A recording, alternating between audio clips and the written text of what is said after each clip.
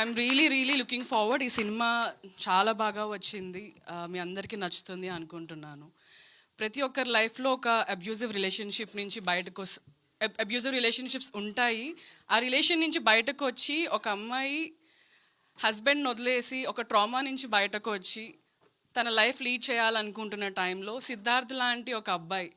So ప్రతి ఒక్కరి లైఫ్లో ఒక సిద్ధార్థ్కి శ్రావ్యలాగా ఒక అమ్మాయి ఉండి వాళ్ళిద్దరు ఒక లైఫ్ని ఎంత బాగా లీడ్ చేయగలుగుతారు ఒక బ్రేకప్, ఒక అబ్యూజివ్ రిలేషన్షిప్ తర్వాత అన్నది ఈ సినిమాలో చాలా బ్యూటిఫుల్గా వరుణ్ అండ్ నందు కలిసి they have done amazing job. నేను ఫస్ట్ వరుణ్ని కలిసినప్పుడు అనుకున్నా, ఊరికే నవ్వుతున్నాడు, ఏందో చెప్తున్నాడు, సీరియస్గా తీస్తారా లేదా, నేను మళ్ళీ చేసి టైం వేస్ట్ అని చాలా ఆలోచించాను.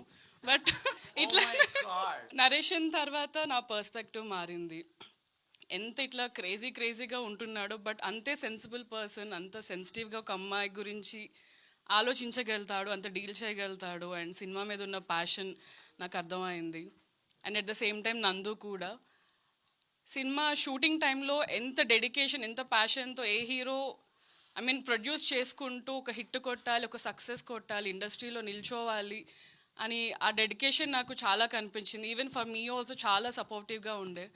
So I'm really looking forward. మీ అందరి బ్లెస్సింగ్స్ మాకు కావాలి. ఇంకా వెరీ సూన్ సినిమా రిలీజ్ అవ్వబోతోంది. సో అదే ప్రేమతో మమ్మల్ని ముందుకు తీసుకెళ్తారని అనుకుంటున్నాను.